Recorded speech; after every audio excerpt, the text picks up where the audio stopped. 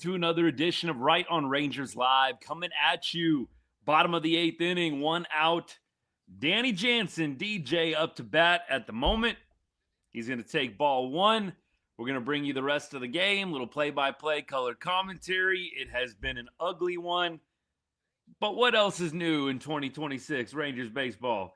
Danny Jansen is going to roll one over to third base, and that is out number 2. Danny now 0 for 3 on the night. Danny, by the way, came up a pretty big spot. Could have made it a 2. I think it would have been at that point, a 4-2 or a 3-2 ball game had he come through with a runner on third base and 1 out. Instead, measly pop up just into the outfield grass. I mean, look, you guys know I'm not a big fan of the Rangers catcher situation. I'm definitely not feeling DJ as the guy who plays most days. Feels like he still has kind of a majority of the starts at this point. It's not all on DJ tonight. It really isn't. So don't get it twisted. But Rangers just have a few black holes right now. It's painful to watch. Swolger, what's good, man? Took the words out of my mouth. It's painful to watch. Silver lining, the uniforms are cool. I like the red, I do. Look, I'm repping it today. I am repping it. It is hard to watch. There's really no other way to put it. Difficult to watch right now. Wouldn't be a game without the Rangers putting on a little circus act for us. The bad kind, by the way. I mean, like, every single night, there's something with this defense. Justin Foscue, I mean, look, it's unfortunate. It had to be him. He's kind of getting an opportunity here. And look, he's played second base more than any other position. It's definitely not a spot in the field that he is foreign to. He does play first base as well, so there's that. But second base is a spot that he has played quite a bit. And this year down in AAA, they've been having him play second base primarily. He's got a few starts here and there at first, but largely he is a second baseman at this point in his career. I mean, that's the spot he's played more than anywhere. And so I don't know what happened there. Was the communication not what it needed to be? I guess you'll have to ask the players post-game on that one. All I know, Corey Seager, the commander of the infield, surely he is communicating there. And Foscue, don't know if he just didn't hear. Momentum took him into the play. But, man, did that open up this game.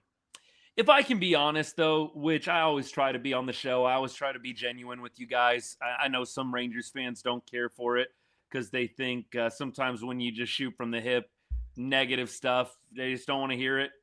Well, I'm never going to be that kind of guy, though. Never going to be somebody that sugarcoats. I'll be positive when I can be. And look, at the beginning of this series, I put out a video today trying to be a little glass half full. The Rangers just continue to prove me wrong. You definitely, though, just need to understand one thing here. Does anyone feel real comfortable that without the defensive cluster that we watch in the 7th inning, does anybody really think the Rangers were going to win this game 5-4? I mean, to me, that's my gut, y'all. I'm shooting straight with you. I don't think the Rangers were winning this ball game either way. I mean, I really don't. I wish I could say that they were going to, but I don't feel that way at all, and I would imagine some of you do too if you really think about it. Was this team gonna do 5-4, bottom of the 7th, bottom of the 8th, bottom of the 9th, put together 4 runs?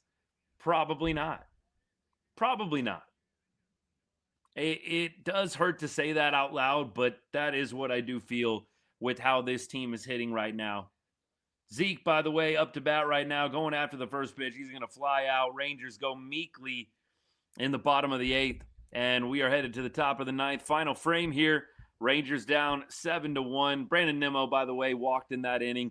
We did not talk about that while we were discussing the elite defense.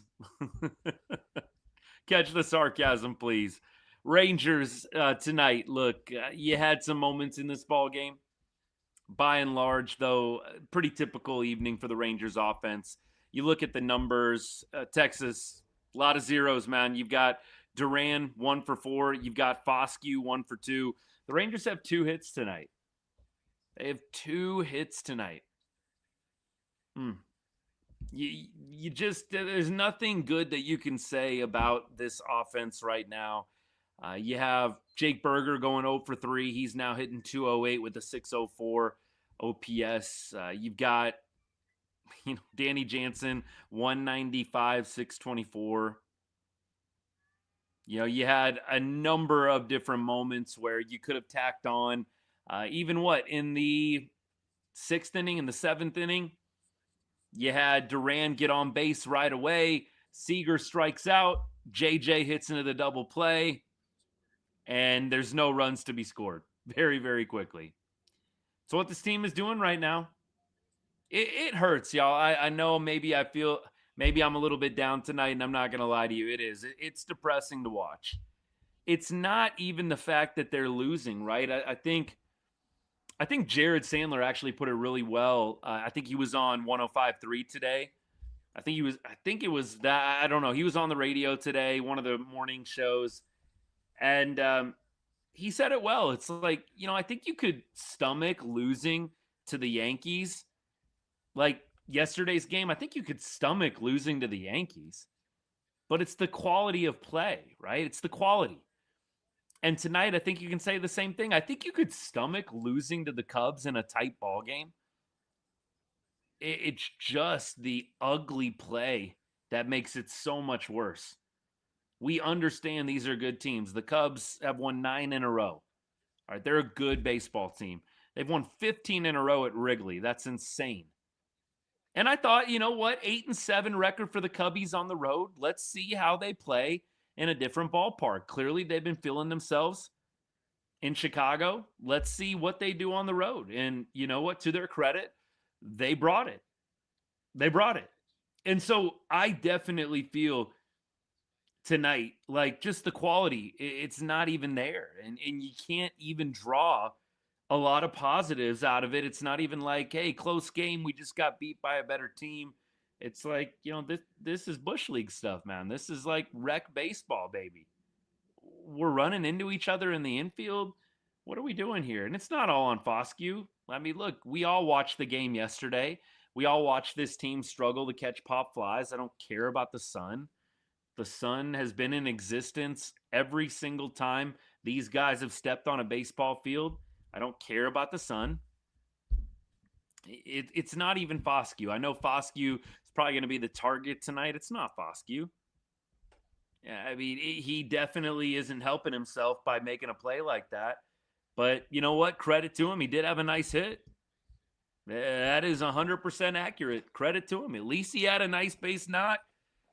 Foscue's done about the only good thing offensively tonight. Cubs are in business here. Bregman up to bat right now. A single will give the Cubs their leadoff hitter on base. Time to start booing at home games? Yikes. Oh. I mean, look, I don't want it to get to that spot. There are definitely some players that deserve the boos more than others, but yeah, this is very, very bad. It's bad. No other way around it. There's not a lot of silver linings. I wish there was. I'm trying, y'all. Maybe some will come to me during the show, but there's just not a lot of silver linings right now. I've got a few different things that I've definitely got to get off my chest. You're going to hear it. We'll focus on getting this game, putting this one to bed, and then we will let it rip, man. I'll be taking comments and questions along the way. I've already gotten into a few. Bregman's going to go down here. Junis on the bump right now, gets the strikeout. Bregman struck out a couple of times tonight. Feels like it's been a while since we saw Junis.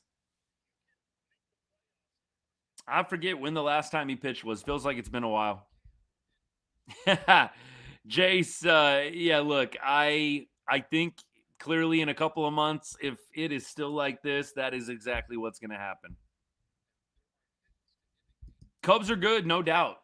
Some people are pointing out the Cubs record. Cubs are good.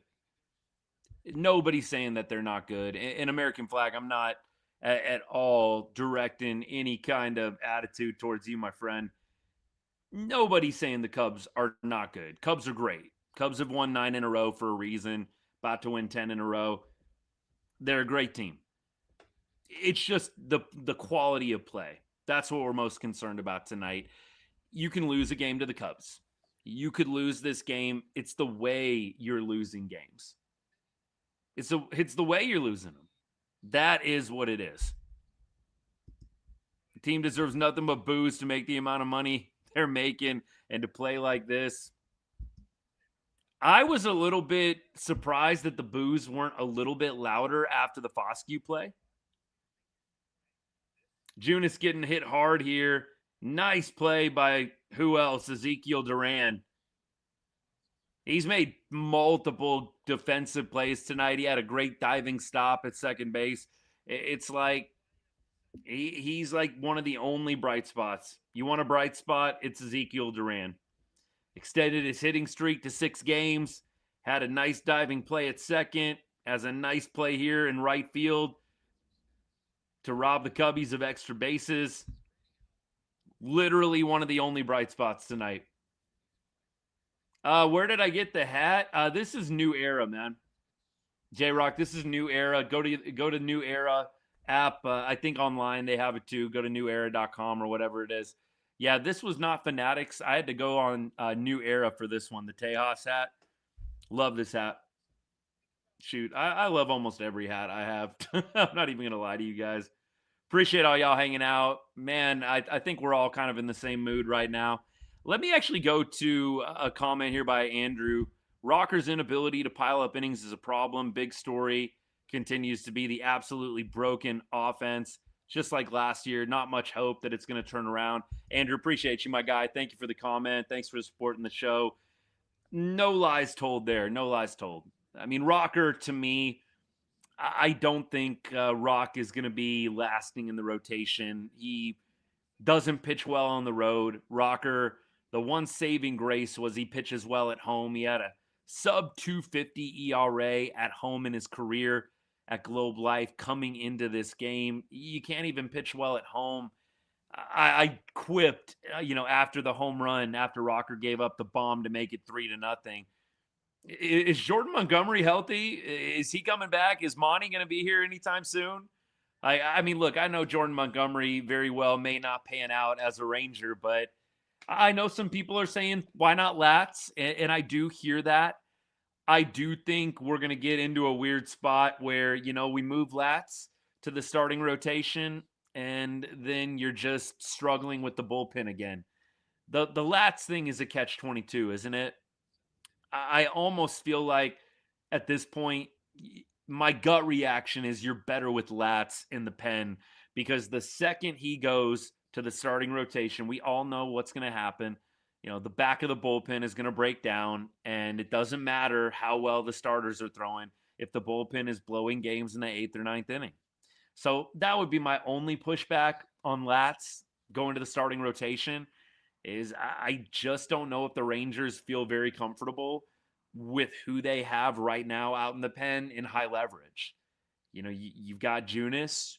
I mean, Chris Martin's coming back. I don't think a lot of us want to see Chris Martin thrown right back into high leverage. For the record, I think that Jacob Latz would be a great starter. I just don't think the Rangers have the bullpen depth to absorb Jacob Latz going to the starting rotation. I mean, look, answer that part of it. If you really feel strongly Latz needs to go to the rotation, what are we rolling with in the late innings? Junis, I guess? But who else? Like, you need somebody else that's trustworthy. I like Tyler Alexander. I know that he's got a couple of saves. Can't say I feel awesome about Tyler Alexander sliding into that role. But you know what? He's been pretty decent so far this year. He's been pretty good in a small sample size in a short season so far. But I feel a lot better with Latz at the back end of that pen. I really do. That is the one thing, the one negative for sure. Junis is going to get out of this one. We go to the bottom of the 9th inning. Rangers' final opportunity here. Corey Seager, Josh Young due up next. Evan Carter as well. We'll keep rolling. I'll try to get to as many comments as I can. Yeah, Nate, I'm with you. This is just unacceptable play. It really is.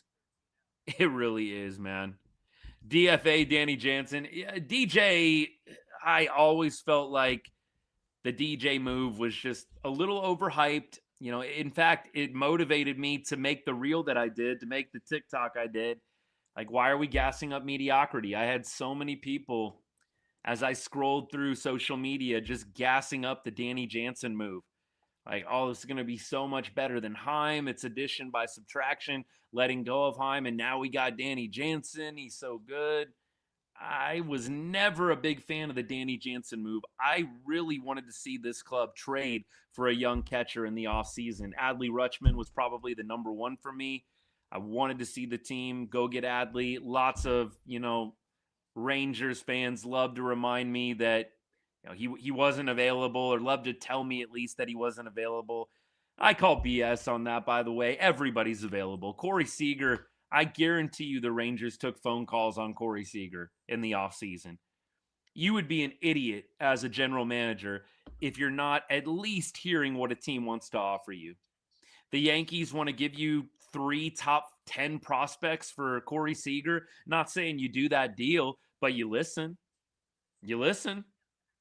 I'm just saying you are going to be open to just about any trade. The question is a team going to give you enough to make you pull the trigger? I would have loved to see the Rangers go and get a catcher, a young catcher that can be kind of a franchise staple. We don't have to keep doing this patchwork veteran, 2-year contracts with guys that are just okay. I mean, Higgy, I like Higgy, but he's okay. DJ, not having a great year. Actually is doing pretty well when it comes to blocks and when it comes to caught stealing percentage. Crazy enough, I was looking at his baseball savant. The offense is terrible, though. Look, it is bad. The baseball savant page for Danny Jansen, offensively speaking, it's horrible. It's Jonah Heim-esque in 2024, 2025. It is disgusting. Danny Jansen, to me, just not the answer. I would love to see the Rangers go a different direction.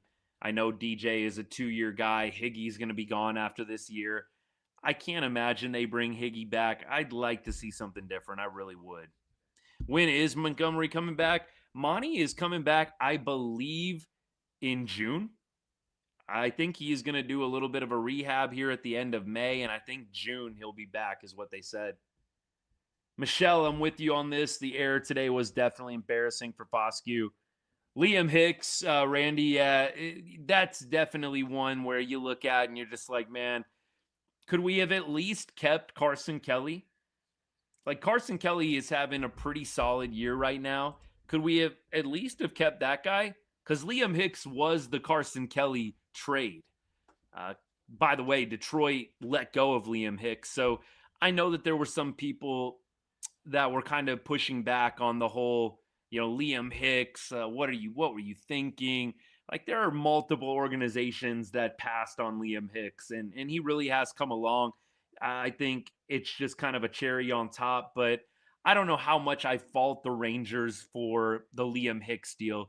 Liam Hicks was dropped by Detroit. There were other teams that passed on him. I do think when you look at the collective, though, it doesn't look good. I'll give you that. It definitely doesn't look good. But I do think that Hicks is a bit of an anomaly at this point, in that a lot of teams passed. A lot of teams had the opportunity to get Hicks once Detroit let him go. And, it is just one of those things where it's already stacking. And to see Liam Hicks doing well, it's low-hanging fruit. But I can't say that, the Rangers are, just totally at fault for that move. There's a lot of other teams that didn't think Liam Hicks was going to do anything. He's proven them wrong. And credit to him. Absolutely. I would have liked to have seen the team keep Carson Kelly, though. I think some of y'all that have been hanging out with me for a long time now, you know this. A lot of people like to remind me that Carson Kelly didn't do too well when he was in a Rangers uniform, but look, he didn't get a lot of opportunities. He split time 50-50 with Heim for 2 months. He played 30 games for the Rangers. Like, I'm not going to judge him on 30 games. And you know what? It's those same people that remind me about Carson Kelly and how bad he was with Texas. I don't think he was terrible, but he wasn't great by any means. It's those same people that tell me that it's early after game 38. I mean, you can't win. You can't win with some people, man. Carson Kelly played 30 games in a Rangers uniform. I got plenty of people every time I get a little negative about the Rangers telling me it's only game 38. Come on, man. It's been 38 games. Why are you being so negative, bro? Why? You can't win with some people, man. You really can't. Look, maybe don't look at the Carson Kelly Baseball Savant page later tonight. There's a lot of red. And, definitely don't go side by side with the Carson Kelly Savant page and the Danny Jansen Savant page. Definitely do not do that. Andrew, yeah, man, lockstep on this, my guy. Good stuff tonight, buddy. Yeah, I would have loved Rutschman. Again, a lot of people like to tell me he was never available. Everybody's available, dude. Everybody's available. Even the no trade clause guys, they're available. The right deal, if you can get them to waive the no trade, everybody's available. You are an idiotic GM if you don't pick up the phone. I guarantee Chris Young took a call on Corey Seager. Hey, let's see what they're willing to give us. There are very few players, very few in the entire sport that you don't even pick up the phone for. Shoot, I would guess even the Dodgers might be willing to pick up the phone on Ohtani if somebody wanted to give away the farm. Maybe not. Maybe I'm swinging too high for the fences there, but I think pretty much every major league player on every team is available if the price is right, if the team feels like the price is right. We keep going. Tejas jerseys are not going well. 0-2 in the Tejas jerseys. I mean, look, we could get an epic 2-out rally here, but 0-2 in the Tejas jerseys? Is that what we're at? Oh, are there, Caden? Let's go Cubbies chance? Oh, my gosh. This one is going to mercifully come to an end. Andrew McCutcheon puts a charge in one. 98 off the bat. PCA is under it. Makes the play. And the Cubbies are going to win this one 7-1. Embarrassing game. Embarrassing game. Ranger Nation, I surely hope not, man. I surely hope this is not going to be 20 years of embarrassing baseball. Cody Freeman, I did read Cody suffered a bit of a setback. So I would be surprised if we see Cody before June. Maybe he'll pop by and let us know. I mean, prayers up for the guy. Those back issues, man, back issues are just the worst and they're lingering. I mean, we know this from Evan Carter, but I would be very surprised if we see Cody before June. Hasn't started a rehab assignment yet. They are still having him swing, but my understanding is he's not doing stuff out in the field because of the small setback that he encountered. This was an Evan Grant article, by the way. So I don't think Cody's going to be back for a little while. Would I rather have Rutschman or Basayo? That's a really good question. I would be interested to look at both players right now. I think that Basayo is looking really good. You look at his Baseball Savant page, the advanced stats. I mean, look, 90th percentile exit velo, 82nd percentile hard hit. Not very good defensively. I mean, that's the only thing that's, probably knocking him down. Not a good blocker. Okay, caught stealing, pop time, kind of average. Not a great framer. And I know framing is kind of going away a little bit. You look at, with ABS, that is, just to clarify. With Rutschman, by the way, let's check out his page too, just to kind of compare. Rutschman is, this page looks beautiful. The Orioles have a really good problem. They have two really good, promising catchers. And this is another reason why I think it's so stupid that people think Adley Rutschman's not available. Like, you've got these two great catchers. Sure, you can DH one of them, but somebody wants to overpay you for Adley Rutschman? Absolutely. Adley is the great defender. We would love Adley Rutschman behind the dish, man. He is elite when it comes to caught stealing. 70th percentile. He is 97th percentile in framing. His fielding run value is 88th percentile. Adley Rutschman is a great defensive catcher. A little bit more so than Basayo. I think Rutschman is the more balanced player, and so I'd probably take Rutschman, Caden. After looking at these pages, looking at the stats, I'd probably take Rutschman, but it's close. It's very close.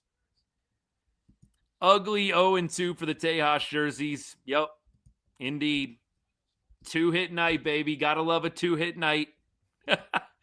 Ranger Nation 18, I'm probably with you on this, man. Hey, thanks for the follow, Justin. Appreciate it. Brad, good to see you, brother, man. I haven't seen you in a while. Good to see you. I mean, look, I don't know how much Rangers you've been watching, buddy, but you're not missing a whole lot right now. What do I think about letting Osuna face left-handed pitching? I don't feel great about that, if I'm being honest. I know some people are down on Osuna. I'm not. I think that at this point, would you rather have Osuna taking lefty or, right-handed starter reps away from Jock, or would you rather have Jock taking away ABs from Osuna? I'd rather have Osuna in there. Jock is not the future. He's not going to be a Ranger next year. I would much rather have Alejandro Osuna just be our lefty DH guy. And you know what? He can play in the field. He's a good defender. I know he's had a couple of rough days, but I am definitely a fan of giving these young guys some time. Like it does not feel like the vets that are ahead of them are worth playing over some of the young guys. I know Foscue had a bad moment today, but honestly, I'd rather let Foscue play some first base. I think Duran needs to be the starting second baseman. I would like to have Foscue play first base. Berger, I'm sorry. Berg is not good enough defensively, and he is bad right now on offense. I'd rather just let Foscue play. That's where I'm at this point. I would like to see some of the young guys just get playing time. They are not going to give you a whole lot worse than what some of the veterans are going to give you. Like, honestly, I'd rather see us call up Cooper Johnson and let Cooper Johnson just play. By the way, I'm talking about the AAA catcher. I'd love to see Cooper get some opportunities over Danny Jansen. I do not understand why we decided to invest money in these catchers, man. I'd rather see Cooper. I really would. It is just ridiculous. You're getting so many of these veteran guys just becoming black holes. You might as well give it to a young player, and you might as well give them that runway to develop. And you know what? If they go 0 for 4, you weren't getting anything better anyways. I would like to see some young guys get some opportunities with how this team looks so far. I really would. Appreciate all y'all hanging out. Wish it could be under better circumstances. I know I say that all the time. It is what it is. Seager getting going would go a long way. It really would. Junk Silver Junkie, appreciate you, man. Yeah, Sieg's not going well is very important. And look, unfortunately, not in a good way, right? You got Corey Seager, one of your best hitters, hitting 203 with a 708 OPS. I mean, Seager is not going well right now. I really thought that game in New York, the game where we won, right, the middle game, the second game, I thought that might be the game that gets him going. He had the RBI. He had the solo shot. You really thought maybe this is the game for Corey. Nope. That's kind of how this team goes, right? You have a good win on Wednesday night, great win. You know, you got to Warren, you win up, 6-0 at one point, and then you come out the next day and just have a terrible game, and then you double it up on Friday night in front of the home crowd tonight.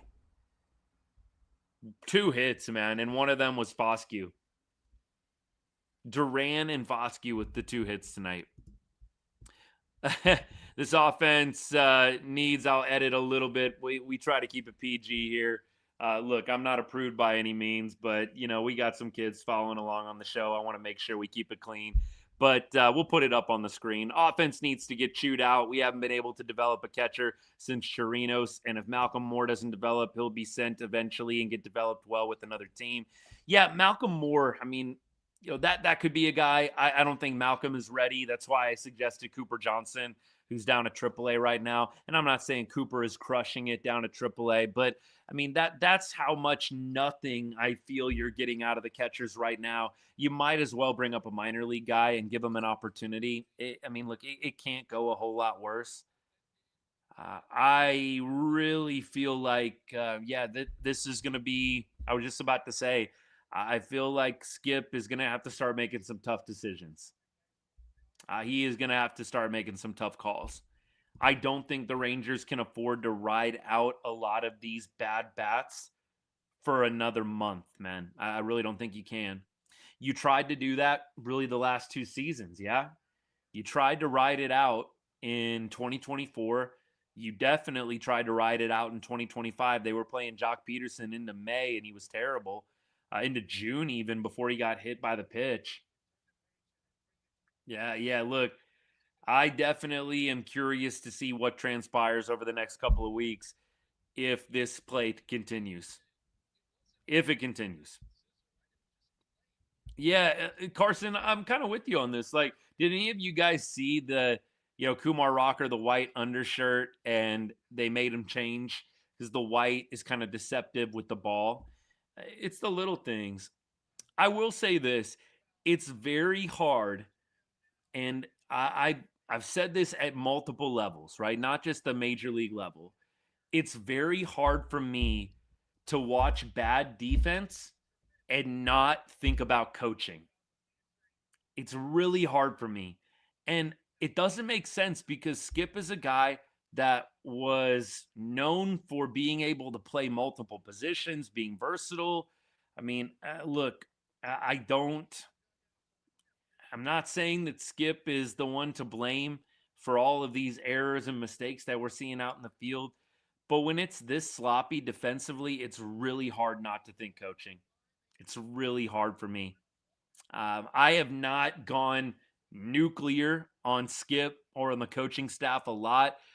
Look, Justin Veely, I've even said with him, I don't think firing Veely is going to do a whole lot. I see some of y'all saying fire Veely. Let's be honest. Justin Veely getting fired is not going to do anything to fix this offense. We went down this road last year with Brett Boone. I think Brett Boone's first game, it was like amazing, right? We scored a bunch of runs, or one of his first games, we scored a bunch of runs, and everybody was like, man, here we go. Look, the offense got a little better under Boone, but it was still bad. I mean, it was marginally better with Boone when the numbers all got evened out.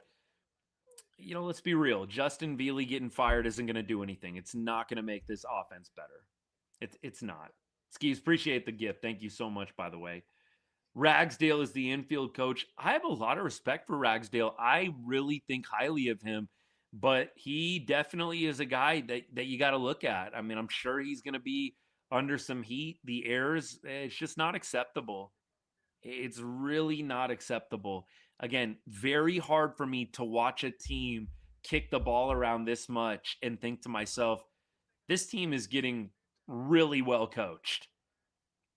There should be some standards. And for me, if you're struggling offensively, at least be good mentally, right? Be sharp mentally.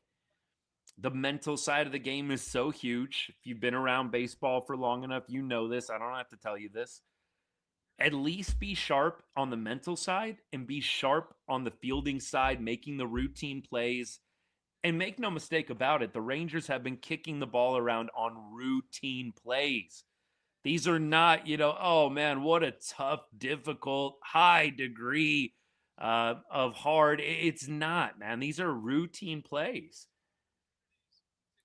It's really hard for me not to go to the staff and to think to myself, man, what are these guys doing? How are these guys this sloppy? Tejas jerseys are bad luck. You know what else I was thinking is bad luck? I don't know how many of you guys follow Jared Sandler on TikTok, but he posted a video and he was talking about Skip Schumacher, and he was talking about how Skip only wears Jordan 11s. Why do you think Skip wears Jordan 11s? Did something happen in the year 2011? Maybe a certain World Series victory? Saying, dang, Skip, like, you really rocking the Jordan 11s in the Rangers clubhouse, man? Come on, baby. I blame the Jordan 11s. I really do. I blame the Jordan 11s. I don't even know if it's the Tejas jerseys. Somebody needs to ask Skip about the shoe wear, man. Jordan 11s in the Rangers dugout. Come on, baby. Nothing 2011 needs to be, at least in the Cardinals sense, needs to be around Globe Life Field. Please get that out of here. August 2025 Rangers, I miss you. Wasn't that fun when they went 16-4 with the Little Rascals? That was a blast, man. Feels like a long time ago. Feels like a really long time ago. I'd be a big fan, by the way, of Carson Kelly of coming back. I don't think the Rangers are going to pull the trigger. Maybe they will. I would be a big fan of that. I wish that they would have kept Carson Kelly. When he was a free agent, I did say, look, I wouldn't mind bringing Kelly back on a cheap deal. Then they went Higgy and they kept time. I was definitely on Team Kelly, like play Kelly more than Heim, please. I've seen enough of Jonah Heim. Give me more Carson Kelly. And they decided to keep going 50-50 with it. We keep rolling. Darno, it's good. Yeah, it was horrible tonight. Jim, can't disagree with the quality of play. It was definitely very, very bad. Double A and Triple A better record-wise, so bring some talent up. Might be. I don't think they're going to do anything like this, though, Colts fan. A couple of you guys are talking about Chris Young and his job status. If they don't make the playoffs again this year, which I know some of y'all are like, playoffs, like classic Jim Mora, right? You talking about playoffs? Playoffs? Right? I look, if they don't make the playoffs, I do think that CY seat is quite hot. Quite hot. And I don't think there's going to be a lot of media people even defending it. Maybe the RSN guys, rightfully so. And I do give the RSN guys a break. I know that some of y'all even get on them. I give the RSN guys a break. These guys got to travel with the team, man. Jared, Dave, Mike, those guys are all traveling with the team all the time. I don't expect them to make it awkward and start ripping these guys on Ranger Sports Network. I really don't. And that is something I feel like you got to understand. Now, the beat writers, again, Jeff Wilson, Evan Grant, Kennedy Landry, it's not quite as close and personal. I don't think that there's going to be a lot of defense of the Rangers front office if they don't make the playoffs again this year. I've already said I think CY should be on the hot seat. I don't think there's any way around it. You missed the playoffs back-to-back years. You epically failed at both trade deadlines in 24 and 25. You've burned prospects in our organization that were considered rising. Look, I just feel like at this point there's no other way around it. The seat should be hot. I don't know how hot it is right now internally. I would love to be a fly on the wall in the Ray Davis CY discussions. We're never going to know, but man, I can't imagine Chris Young is comfy cozy if the Rangers don't make the playoffs again this year. I'm not saying he gets fired. In fact, I'd be surprised if he did. John Daniels had a lot of years as Rangers president, as the GM, and there were some bad years during the John Daniels era. I would be kind of surprised if they get rid of CY even after this year. I do think, though, that you are going to have a pretty major overhaul. Some of these lineup spots are going to look a lot different next year if the Rangers don't make the playoffs. I really do feel confident about that. I think this year it's tough. There's a lot of guys that are not necessarily skip guys. There are some. And there's some, like, it doesn't matter if you're a skip guy or if you're not. Like Corey Seager, anybody's taking Corey Seager. I know he's not playing well right now, but Corey Seager doesn't have to be a skip guy or a not skip guy. He's Corey Seager. But there are some other guys, I think, in the lineup that Skip probably is not the biggest fan of. But you got to do what you got to do, right? You got to make it work. And so in anything, right, a new boss takes over, you have kind of a feel-out year, right? Like you get a new manager, you get a new supervisor. You definitely have a feel-out period. And I do think that Skip had a little bit of an advantage because he was in the front office, but I do think next year is going to look a little bit different. if the Rangers don't make the playoffs this year, I don't think, Skip's going to be fired or anything like that. I definitely feel like roster construction is the biggest issue, and that has nothing to do with Skip. That has everything to do with Fenstermaker and CY. And so I do think that he'll be around next year, but I'd imagine that there's going to be some fire from him getting rid of maybe some coaches, getting rid of some players, and trying to get more guys that fit in with his philosophy. For the record, I do think that Skip has made some questionable moves so far this season. Jock Peterson in right field, probably the most damning. Jock Peterson in right field, I don't know how you justify that. I mean, I'm being dead serious. This isn't a rhetorical question, so please fire away in the comments, fire away in the chat. I just don't even understand the justification. What on earth could have been the justification for Jock Peterson in right field?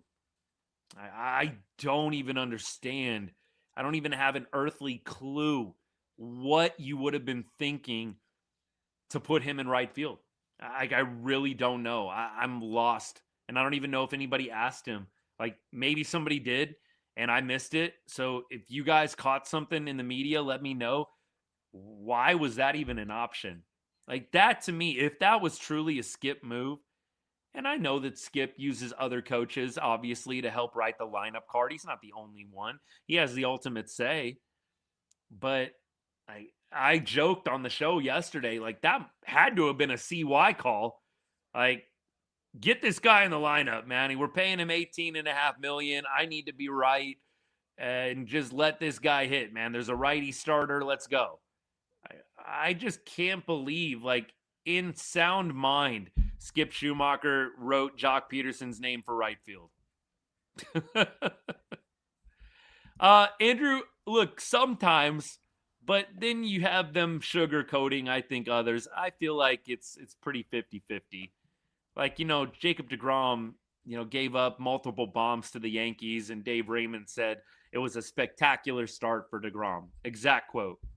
I mean, look, there's some times where they say that's bad or that's not good, but yeah, I do feel like sometimes they sugarcoat a little too much. Elvis said it best. These hitters aren't going at pitchers as a team. They're going in with their personal issues. When we play team offense, we play good. I got to give it to Jock Peterson. Jock's AB, what was it? Was it in the second inning? Let me check this out here. We had Jock Peterson. He walked. It was in the second inning. I was right on that. It was an 8-pitch walk. You had Josh Young ground out after 4 pitches. Evan Carter grounded out on the first pitch. So you had Brown 5 pitches deep in the second inning, and Jock Peterson works an 8-pitch walk. I got to give it to Jock. That's team baseball. He knew that, man, there's been 5 pitches thrown in this inning. He took the first pitch, which was a ball, and which actually was a strike. I'm looking at it right now. It was a called strike. He ended up taking another pitch, and then he started swinging away. I thought that was team baseball by Jock, so I got to give him credit. I posted the AB, 8-pitch AB, quality at bat from him. And you guys know I'm pretty critical of Jock Peterson. He only had the one at bat tonight, by the way. He only had that one walk. That's the team baseball, though, we're talking about. There are a lot of guys that just go up there hacking, and there's not really an awareness of, hey, what would be the best approach if we're going from a team perspective here? Keep on rolling. Rangers need a new hitting coach. That should have been done in the offseason. I've been very vocal on this. Like, you should have made the change in the offseason because you built your own scapegoat. Like, by keeping Veely a holdover from 2025, I know some people like to remind me, Brett Boone was kind of the lead guy. Well, sure, but Justin Veely was there, and Justin Veely was there in the offseason, and Justin Veely was there at the start of the season before they fired Donnie Ecker. So for me, why would you bring back a guy who was a holdover from the really, really bad 2025 team that was bottom 5 in the league offensively? That was the first mistake. They should have cleaned house completely when it came to the offense and just allowed a new voice to totally take over. I was never a big fan of them bringing back Veely in the first place. That being said, I don't think firing Veely right now after game 38, I don't think that's going to do a whole lot. I think that Veely at this point, if he does get fired, the team might get maybe slightly better, but not a lot. Not a lot. Keep rolling. Scroll up a little for my message. Have a good night. We'll be fine. Cody, I appreciate you, man. We're about to go on a tear. You heard it here first. 10 of our next 15. Let's go. Okay, Cody, I got you. I got you, man. Cody Freeman showed up on the live. I appreciate him a lot. I really do. Yeah, look, he's got to get healthy, man. He's got to get back. We love Cody. We do. I think Cody's going to need some help. I don't think Cody is going to come back and fix the entire thing. I think other guys got to get on track as well, but I think it'll be nice to have him back. I like the energy. I like his versatility. He can play all over the field. And look, he was a part of that magic. Somebody said they missed August 2025 back during the Little Rascal days when we went 16-4 right before that fateful September game against the Mets, right? Remember that Sunday game? We were going for a sweep. Doley comes on back, and it all went downhill from there. Good to have Cody stop by, man. He's a real one for that. We keep on going. Do I agree the team needs to stop signing players to 10-year deals? A-Rod, Seager, 7 to 8 years max. Well, it is hard to argue with the Seager one because of the World Series, but let's just say this. It has not worked out great when the Rangers have signed a player for a long-term deal, like a 10-year deal. It hasn't worked out great. In terms of like the play on the field, right? It's worked out great in terms of a World Series championship, which a lot of people will say that's all you need. But I don't know how good the Corey Seager contract is going to look year 9, year 10, even year 7, year 8. I think right now you're seeing Corey struggle. That doesn't mean he's not going to figure it out. But yeah, I don't always think that long deals like that work out in general. I don't think so. I think a lot of these long-term deals don't go so well. Look, you need to get to a game if that's the case. Comment was, we're only losing because I haven't gone to an official game yet this season. Get to a game, man. Can you go tomorrow? Can you get to tomorrow's game? Chi-Town Greg, yeah, the Cubs winning this series got a lot more likely after the win tonight. That's for sure. That is for sure. We keep on rolling. Appreciate all y'all hanging out. I hope Danny Jansen is not having fun. He needs to start learning Japanese because that's where he's going to start playing at this rate. DJ's not having a great start to the year. DJ definitely got some pop. It showed up a couple of times. He's got 2 home runs this year, but a $195, 624 OPS. It's not been a great first 38 for Danny. It hasn't really been a great first 38 for Higgy and for several other guys. Sure hoping that the boys can turn it around. I hope Cody's right. I hope it's going to be 10 of the next 15. That's what we need. We win 10 of the next 15. What does that put us at? So you win 10, you lose 5. That puts us at 27 and 26. I'll take that. 27 and 26. Okay. That would be nice. If over the next 15 games we could end up 27 and 26, I'll definitely take that. Absolutely. CY is going to sell the farm for a rental pitcher to miss the playoffs. Yeah, I told you guys, somebody's got to do the meme, man. Somebody has got to do CY sitting in his chair, just in deep thought. If only we had more pitching. We just need more pitching. That's what's going to fix this right now. We just need more pitching. Hunter Goodman, Justin, we've talked about Hunter. Hunter Goodman, catcher for the Rockies. I would love to see the Rangers go trade for a legit young catcher. Like right now, you have some options. I mean, look, Malcolm Moore, you've got Cooper Johnson. There's a couple of guys. I would like to see the Rangers go and get a legit young catcher. I think that would be really, really wise for them to do, or draft one. But look, you tried to do that with Malcolm Moore, and Malcolm, I'm not saying that he is not panning out, not working out. He's had a good little start to this year, but he definitely has not been the first round pick that I think a lot of people were thinking when they drafted him out of Stanford. Whenever you draft a guy out of college, I think you're expecting them to instantly have a pretty good run wherever they start, whether that's rookie ball, A ball, double A. I know Jack Leiter was a double A starter guy. I think Malcolm Moore can definitely still be a really, really good player. He's not by any means like just not working out. I think that bust would be kind of a too strong of a word for him at this point. I do feel like, though, the Rangers, the plan is a little bit muddy right now at the catcher position. You've got veterans that are kind of patching it up. I'd like to see them get a more long-term plan. I really would. Would put pressure on guys like Moore, too. That is for sure. Guillermo, I hope his positivity does pan out.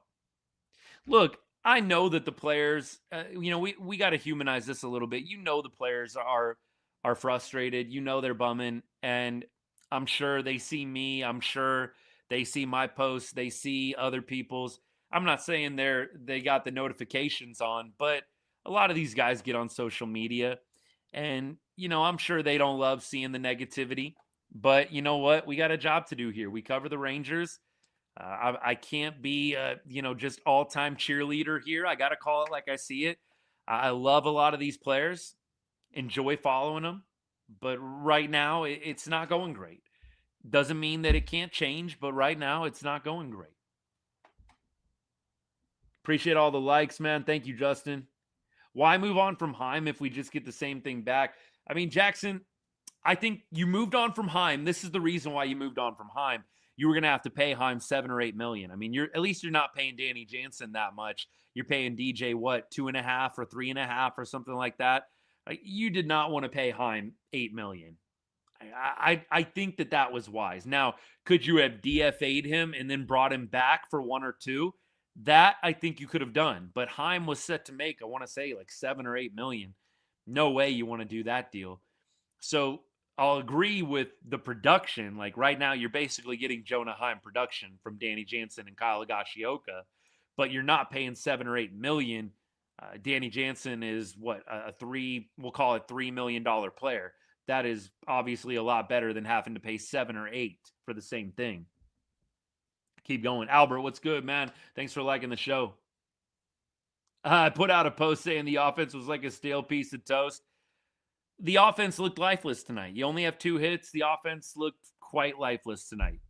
Absolutely. I knew we were going to lose this game before it even started.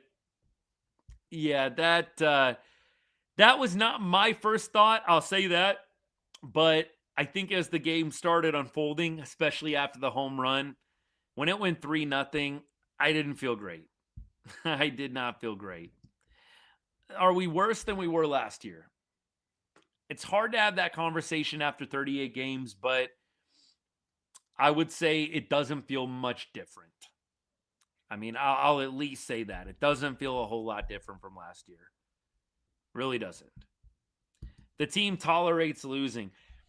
I'll say this, some fans tolerate losing. I think that you've got a number of Rangers fans that are just eternal optimists, and you know what? That's great for them. They don't like hearing any negativity. I do think it sometimes comes across as you're okay with losing. And I will clap back and I will say that to people. Like, if you're continually trying to sell me a narrative that this is really all good, no problem, I'm going to go ahead and say, I think you're all right with losing. I think you're okay with it. 24-25. A lot of people kept telling me to the bitter end, hey, it's still possible. It's still possible. It's still possible this team could get on a run. And you know what? 24, I was probably a little bit more on that page. 25, I'm like, I've seen this movie before. 26, I'm like, I've definitely seen this movie before. I hate losing too. I hate it. I hate that this team is struggling in the post World Series era to be a perennial playoff team. I hate it. I really do. I really, really wish that the Rangers could have figured this out, and we should have gotten a product where every single year we feel like we're at least going to make the big dance. I don't know if any Rangers fan feels sure of that right now. Even the most, sugar coating eternal optimist fan, I think in their heart feels like, I don't know if playoffs is a guarantee. I don't know about that. It's a long night when the focus was on Elvis manning a camera. Truth. Preach. Look, they got to have some fun. They got to do something to have some fun and lighten the spirits. They really do. The apologists tolerate losing. Look, I will always try to have a balance. I see something good, I post something good. You know what? I see Justin Foscue get a big hit, I compliment. I see Justin Foscue messing up a play, I comment. I critique. Just be fair. And right now at 17 and 21, there's more negatives than positives. I mean, that's just the most casual fan should be able to pick up on that. How are there more positives than negatives when you're a losing team right now, right? 17 and 21. You're 17 and 21 because the negatives are outweighing the positives. I mean, that is the reality. Celebrate the good 100%, but you have to point out what's wrong. This is my viewpoint on everything that I do with Right on Rangers. Always going to celebrate the positives, but I'm not going to shy away from what I'm seeing that's not going well. And right now, for the Rangers to be 17 and 21, there are a number of things not going well. Period. Does Schumacher tell CY you messed up and I need help now? I do think that Skip absolutely did not have a large amount of say in the roster. I think maybe he had a little bit, but I think there are some guys on the team right now that Skip probably wouldn't mind parting ways with in the offseason. And I feel like if the Rangers don't have a good year, he's going to have a lot more ability to speak to that. But I'd imagine, you had the budget and you had that whole scenario. I would imagine this year it was a limited reach for Skip. Next year, after a year of managing under his belt, I think he might have a little more pull. Difference in this year in 2025 is how great the defense and pitching were. Yeah, I called it. I did a video on this. I call it the regression bill. The regression bill is you didn't improve the offense enough and you regressed too much in pitching and in defense. Now, look, am I saying that the pitching is terrible? No. The pitching has been pretty good this year. Definitely above average. But last year, you had the best pitching in the league. And you had elite pitching last year. So you regressed in pitching, you regressed in defense. If that's the case, the offense has to be improved enough to make up for the regression. And the Rangers didn't do that. They traded for Brandon Nimmo and they signed Danny Jansen and they called it a day. It is definitely showing, right? The bill is due. And it's not going so hot. The Rangers don't have enough money to pay. It's a 100% what we're seeing right now.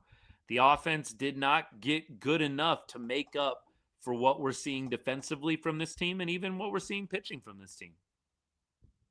When Rocker came out with the white sleeves, you knew it was going to be a rough night. Rock, man, you know what? I will say somebody said that's a coaching thing, or at least alluded to. How are the coaches not locked in on that? I agree. It is weird that no coach was like, dude, you can't wear white sleeves. That's odd to me. It's also odd to me that Kumar himself didn't know that. And, you are around this game enough. I mean, I don't know if you can do that at the minor league level or not, but it's just all around, not a great look. And that's what I mean. You think about the defense, you just think about the sloppiness of the club. It's so hard not to go back to what's going on with the coaching. Why do they not have these guys in line? Why are they not playing disciplined baseball? Are they just being allowed to do whatever? Are the coaches getting on them, riding their butt, and they're just not responding? Either way, it's not good. But when a team is sloppy, it's so hard. Like in the NFL, when a team is constantly getting penalized and they're one of the most penalized teams in the league, it is a reflection of the coaching when I am analyzing it. When a team is sloppy defensively, mentally, and then you've got stuff like Kumar Rocker's white sleeves going on, it is hard not to be like, are these guys, is this coaching staff is not attentive to details? That to me is something that I think you have to think about at this point. Like, you know what? Bruce Bochy, as much as people gave Boch a hard time, I feel like you got to give him some credit in hindsight. Like, they were not looking like this last year under Bruce Bochy. You weren't. Who are those players? I would imagine that Skip wants to try and see, and look, I'll let you fill in the blanks here. I would imagine Skip wants more players that can take walks. I would imagine he wants more players that have the bat to ball skills, can put the ball in play. You know what? I think it's actually kind of ironic. I think I mentioned this the other night. Maybe I didn't. I think it's kind of ironic. A lot of people, when Skip took over, they immediately went to Berger. Berger played for Skip in Miami. They got the connection, the Miami connection. I actually think Berger is probably a guy that Skip would not mind moving on from because he doesn't walk and he doesn't put the ball in play enough. So it's ironic because everybody thought that Skip Berger connection was going to be so huge this year. Ironically, I think that probably would be one of the guys that Skip would want to replace next year. Like, if your offensive philosophy is going to be, hey, we're going to grind out ABs, we're going to put the ball in play, we're going to put pressure on the defense, we're going to get those bat to ball skills down. If that's the case, is Berger really the guy that you want in your lineup right in the middle of the order? Probably not. So that's just one. Yeah, Luis Arraez, 100% I think would be a guy Skip would want. I would be surprised if Skip wasn't lobbying a little bit for the Arraez signing. Arraez is 100% a guy that fits in the Skip Schumacher offense. Absolutely. Absolutely. Can see them moving Young at the deadline if they're out and he stays hot. I think JJ's another guy. I mean, look, he's been doing well, and he's been a guy that's obviously swung a hot bat for Texas of late. I know he's going through a little mini funk right now. JJ over his last 3 games is hitless, right? 0 for 5, 0 for 3, 0 for 4. So JJ's in an 0 for 12 right now. It's not the end of the world. 4 strikeouts during that 0 for 12 stretch. It happens. But I think JJ is another player that doesn't necessarily fit great into the Skip Schumacher offense either. JJ, for all the hitting he's been doing, JJ has 0 walks in his last 7 games. I mean, JJ is not walking. I think Skip at the hot corner and at first base, at your 2 corners, you want guys that have power, take walks, and that's not happening a ton, right? It's not happening a ton at first base or at third base. I mean, look, even in his last 15 games, Josh Young has walked 3 times. Right? These are guys that are just not doing enough to get on base consistently. And so at that point, you're leaving it up to hits only, right? The only way you can get on base is getting a hit. If you can add in more players that can walk and also can get on base through the hit as well, that's huge. And I think that is a big part of a Skip Schumacher offense. Rocker got rocks for brains, surprised that the Tigers ran on him all night during his start when everyone runs on him.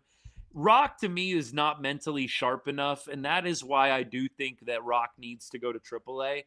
I have said that. I said that in spring training. He doesn't have that many starts. I think he's got 45 professional starts, minors and majors combined, right? That's a season and a half of pitching.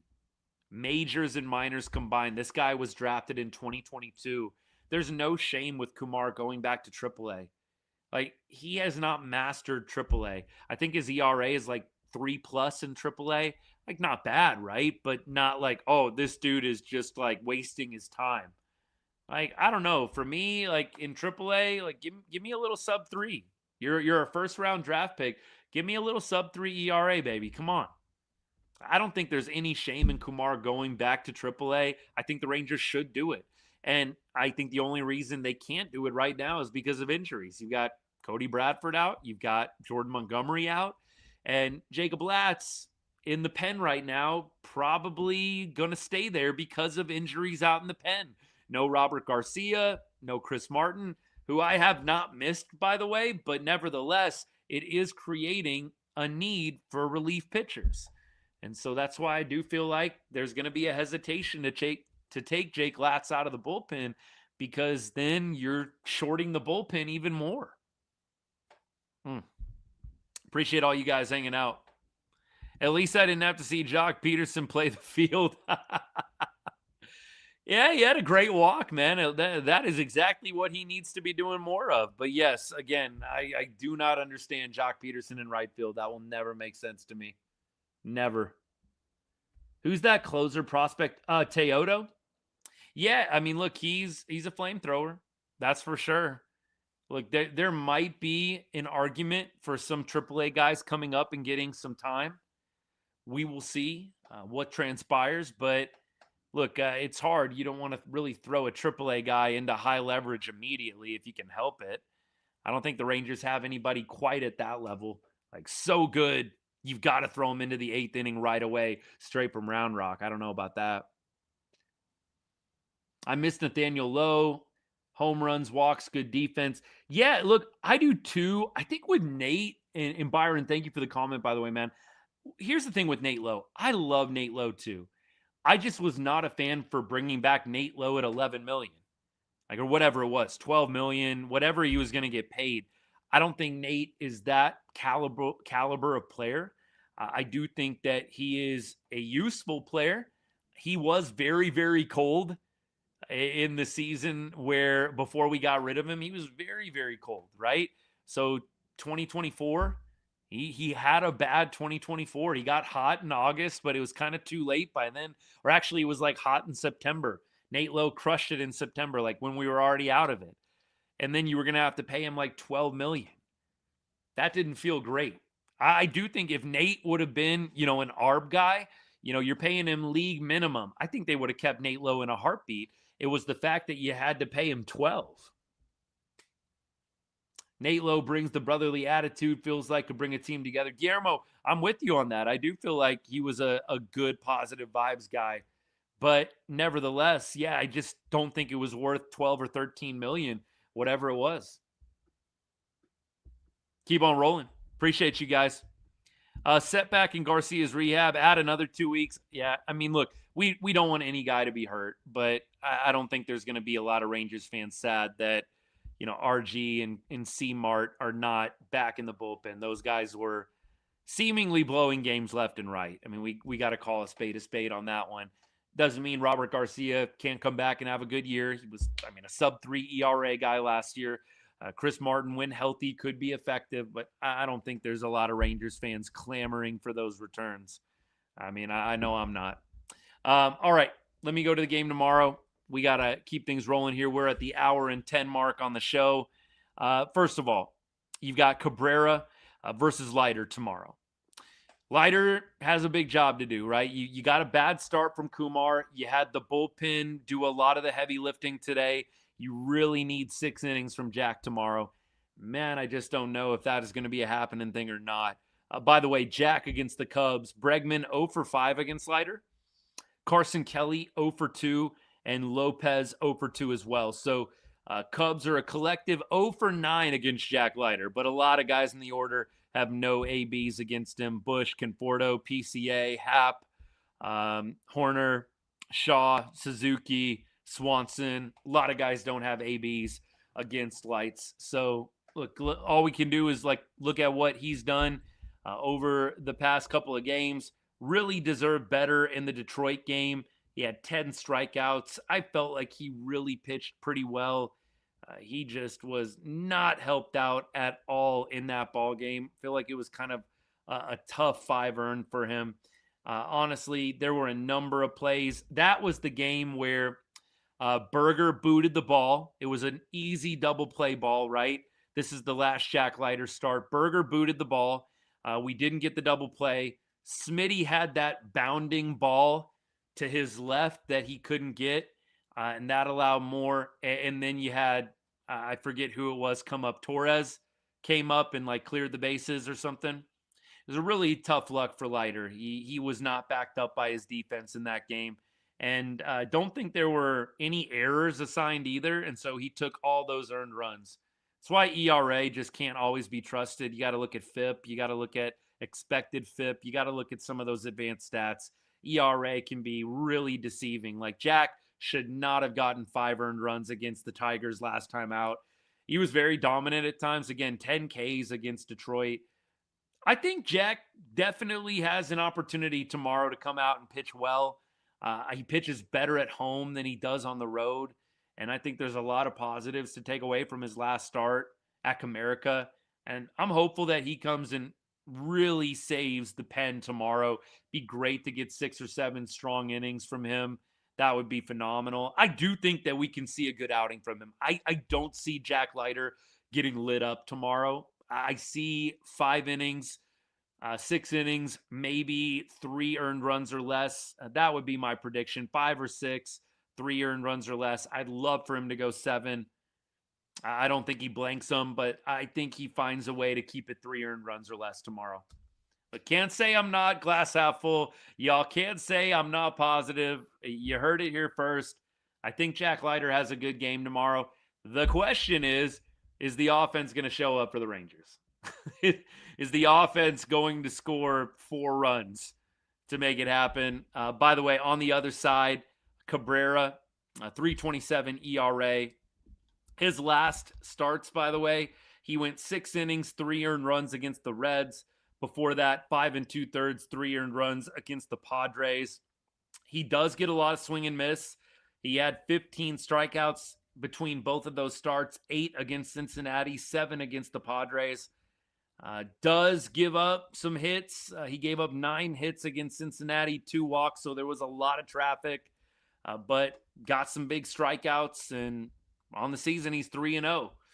He is undefeated so far. Not that pitching record is everything, but he is undefeated at this point in 2026.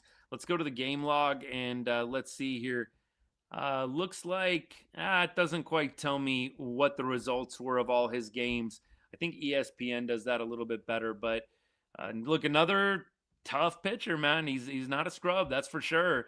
Edward Cabrera has been having a good season for Chicago. Righty, so we're going to see the lefty lineup. 6'5". This is a big guy on the mound. A little intimidating. 6'5", 217, man. This is a big guy. But Rangers, hopefully, will be able to break through. That's going to be the plan. Cripple King, Nate's been on 3 different teams since we got rid of him. Yeah, look, I wish Nate all the best. I just don't think Nate was worth the 12. I really don't. Matthew Boyd, one of the Cubs starters, got injured playing with his kids. Man, that is rough. What were they doing? That's because great teams find ways to win, even if they keep losing players to injuries. Yep. Look, the good teams deal well with adversity, and the Rangers, they have had a little bit of adversity right away, but it just has not all come together quite yet. Hopefully our guy Cody Freeman is right. Cody stopped by the show for a little bit. He was on TikTok comments. He says 10 of 15 is coming. I very much hope that he is on the money with that. That would put the Rangers above 500 at the end of those 15 games. They go 10 and 15. They'll be 27 and 26. 10 out of 15, I should say. I'll take that. I will take that all day long.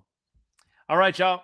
Appreciate all you guys We are going to take off for the night. Thank you to everybody that followed. Thank you for everybody that commented, liked the show, gave a gift, shared the show with another diehard Rangers fan. I appreciate you guys so much. We will be back tomorrow. We're a glutton for punishment, I guess, here at Ride on Rangers. We'll be back tomorrow, bringing you the same thing, a little live play-by-play colored commentary, 8th, 9th inning, and then we'll do our post-game show. I'll have another video out for you guys before the game tomorrow. Think maybe late morning, early afternoon. Should get my TikTok out, something on this game. Maybe I'll just skip this game and do something for tomorrow's game. I don't know. We'll have to see what strikes me after I get off, take a second, go hang out with the fam here. But I sure hope we're talking about a much better ball game tomorrow. Not acceptable. Quality of play is not where it needs to be. It's not the fact that they lost tonight. It's how they lost. I think that is what pisses a lot of us off. It's just not quality baseball, and it has to be better. You can lose. Don't lose like you lost tonight. I'm not okay with losing. I hate losing. I could at least stomach it if you played a clean, competitive game and the Cubs still beat you. That is not what we saw tonight. It's got to be better. And hopefully it will be with Jack Leiter on the bump. The Rangers drop tonight's game to the Cubs by a score of 7-1. They fall to 17-21 on the year. They are now 3 games out of the AL West. Hopefully they can catch some fire, like Cody's saying. Winning 10 of the next 15 would do wonders. Rangers will hope to get back on track and still have an opportunity to win this series. It's not going to be easy dropping game 1, but the opportunity is still there. We'll be back 8th or 9th inning. Tomorrow's game, by the way, is another 6:05 Rangers start time. 6:05. So that'll be, what, a 4 o'clock for me. Are we on Fox again? Are we on national TV again? Is it a Fox game? It doesn't tell me on here. Let me see. No, it's not a Fox game. Okay, all right. I was going to say, anytime we're on national TV, man, it feels like we're finding a way to embarrass ourselves. But no, it is Rangers Sports Network tomorrow. Marquee Sports Network for the Cubs. So there you go. All right, y'all. We'll see you later. Brian, good to see you, man. No worries. Try and catch a little bit of the replay. If not, brother, it is all good. I don't blame you at all. This was not a great game. Hopefully we'll be able to see you tomorrow, hear from you. I would love that. And hope you guys decide to come back. If not, though, hope you have a great weekend. And just know we're always here, man, every game. Just about every game. I do usually about 150 plus live shows over the course of the season. So any night you're watching a Rangers game, 8th or 9th inning rolls around, I'm sure Ride on Rangers will be doing our thing here. So hope you can come back again soon.